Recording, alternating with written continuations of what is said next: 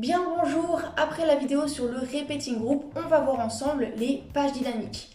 On va ensemble construire une page dynamique, la page détail d'un cours, pour qu'on voit ensemble comment est-ce que ça se construit et comment rediriger l'utilisateur vers cette page avec la bonne donnée.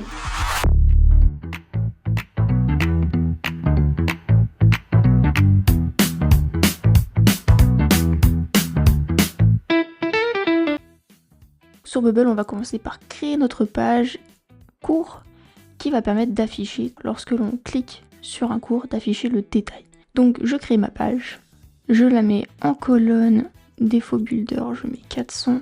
Comme je l'ai dit dans une précédente vidéo, je construis principalement pour téléphone, donc je mets en 400 pour avoir un format plus adapté.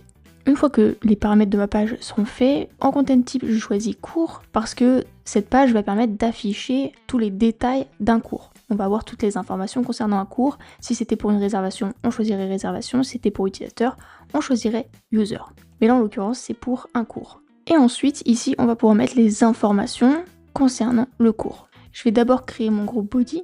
Le groupe body permet d'accueillir tous les éléments de ma page, qui fait 1080 pixels au maximum, qui est au milieu, qui a un padding de 20 partout, permettant de faire en sorte que tout ce qui est à l'intérieur ne soit pas collé à la bordure. Donc à l'intérieur, on va pouvoir mettre un texte. Ce texte, ça va être le titre du cours. Donc pour avoir une information concernant le cours de la page, je vais prendre la current page cours. Et là, j'ai accès à toutes les informations qui concernent le cours. Donc je vais prendre son titre.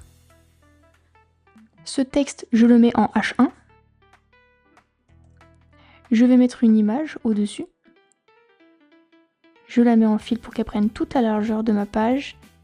Et je vais lui mettre un ratio de 9/6. Et ici, l'image, ça va être l'image du cours. Donc, current page cours, image. Je la mets en zoom. Et là, on est tout bon. On a l'image, le titre. On a aussi d'autres informations comme la date. Donc ici, ça va plutôt être un body 16. La date, on va la formater correctement. Donc pour rappel, le jour c'est 2D, le mois en entier c'est 4 et l'année en entier c'est 4. Les heures c'est 2H majuscule, minutes c'est 2M majuscule. Quand on a un doute sur ce qu'on a fait, on peut regarder ici, on a formatted as. Et là, on a 21 juillet 2026 à 18h05. Ici, je peux mettre un canvas placeholder. Ça, c'est uniquement pour toi. Il n'y a que toi qui vas le voir. C'est juste pour le développement, pour savoir un peu ce que ça va donner. Donc, 21 juillet 2026 à 18h. Current spreadsheet, je peux aussi mettre un canvas placeholder. Titre du cours. Pour la date, je vais lui mettre un petit icône juste à côté. Je les groupe en row pour qu'ils soient sur la même ligne. Je le mets au milieu. Je vais mettre un gap de 8. Et ici, l'icône, ça ne va pas être une étoile, mais un calendrier.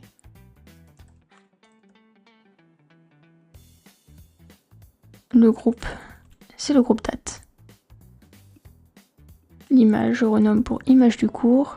Ensuite, je fais CTRL D pour dupliquer mon groupe, que je vais appeler groupe lieu.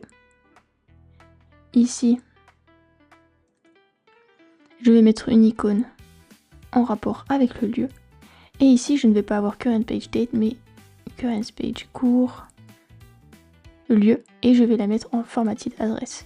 Donc ce sera par exemple gymnase de Toulon. Ensuite, on va avoir d'autres informations qui vont découler comme ça pour arriver à une page complète. Et donc à chaque fois que tu mets des informations, tu vas toujours faire current page cours et ensuite tu vas prendre ce qui concerne l'information que tu veux afficher. Si tu veux afficher une image, tu ne vas pas mettre un texte, mais tu vas bien mettre une image ici. Et tu vas découler ta page comme ça au fur et à mesure. Une fois que ta page elle sera terminée, il te suffira d'aller sur tous les éléments qui existent où l'utilisateur peut cliquer pour accéder à cette page. Donc par exemple sur la page d'accueil, j'ai la liste de tous mes cours. À chaque fois qu'un utilisateur va cliquer sur un cours, il faut qu'il atterrisse sur la page du détail du cours avec toutes les informations à l'intérieur. Donc quand il est sur la page d'accueil et qu'il clique sur un cours, donc c'est le groupe cours qui est dans mon repeating group, je vais lui ajouter une interaction. Et donc là, je vais lui dire, tu vas pouvoir me faire un go to page pour aller à la page cours.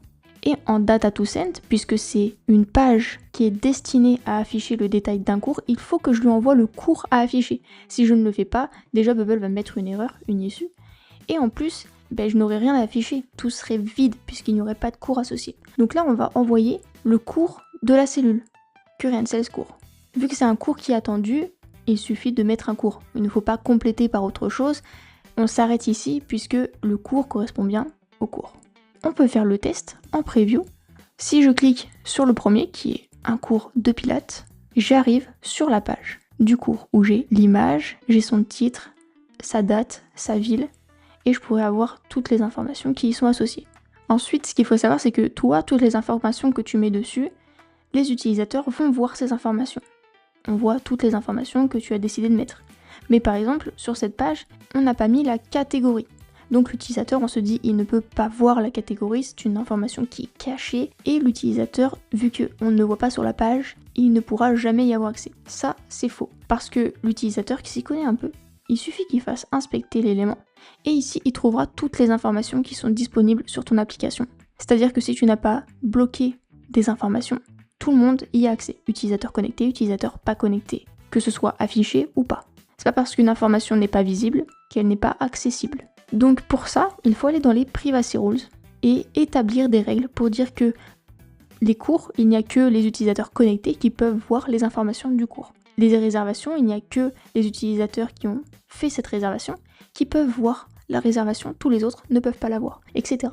Comme ça, on va pouvoir bloquer la donnée en fonction de qui regarde, qui est sur l'application, si l'utilisateur est connecté, s'il a un rôle particulier, etc. Tout ça, on va le voir dans une prochaine vidéo où je vais t'expliquer tout ce qui concerne les privacy rules, comment ça marche, comment créer les phrases ici pour bloquer les données à certains utilisateurs, la débloquer pour d'autres. C'était juste une petite intervention par rapport à ça parce que c'est important. La sécurité, c'est quelque chose de très très important sur notre application et c'est vrai qu'au début, on n'y fait pas du tout attention, on ne s'y penche pas et c'est quelque chose qui peut nous porter préjudice par la suite.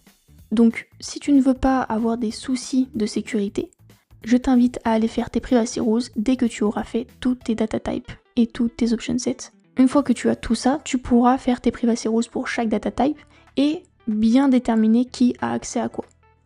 Ensuite, lorsque on a un cours ici qui est affiché, l'URL est différente selon le cours qui est affiché. Ici, j'ai le nom de mon application, donc le nom de domaine. J'ai version test parce que Bubble met version test lorsqu'on est sur cette version-là. Ensuite, on a la page, donc là je suis bien sur la page cours. Et derrière, j'ai tout ça, tout ce numéro qui est unique par rapport à mon application. C'est-à-dire que à chaque fois que je vais copier cette URL-là, peu importe mon navigateur, peu importe que ce soit mon ordinateur ou quelqu'un d'autre qui y va, eh bien l'utilisateur aura accès à la même page que moi. Si je copie et que je la colle, j'ai accès au même cours. Par contre, si ensuite ici je vais dans Accueil et que je prends un nouveau cours de yoga, eh bien vu que j'ai deux URL différentes, ça n'affiche pas la même chose. Si je copie cette URL là, que je la colle ici, j'ai le cours que je viens de copier. Tout à l'heure, j'ai copié l'URL qui était celle-ci, donc j'ai eu ce cours-là. Ici, c'est une autre URL, et donc j'ai ce cours-là. Donc c'est hyper pratique quand l'utilisateur doit partager son URL, il peut le faire, et toi tu n'as pas à t'inquiéter du fait que tu vas afficher le bon cours à chaque fois. Et voilà, maintenant tu sais comment construire une page dynamique, tu sais exactement à quoi ça sert, comment est-ce que ça se gère. Et pour le SEO, cette page est différente des autres pages. Parce que Google ou tous les autres navigateurs qui vont aller regarder le plan de ton site ne vont pas voir qu'une seule page pour le détail d'un cours. Ils vont voir autant de pages détail du cours qu'il y a de cours. Donc si tu as 50 cours, il y aura 50 pages détail d'un cours avec chacune sa propre URL comme on l'a vu ensemble. Google et les autres navigateurs vont pouvoir référencer chaque page, chaque cours individuellement. Et comme toujours, si tu as besoin d'aide, que ce soit sur un sujet particulier ou sur l'ensemble de ton application, n'hésite pas à me contacter et on voit ensemble comment je peux t'aider. Sur ce, je te souhaite une belle journée ou une belle soirée et on se dit à bientôt.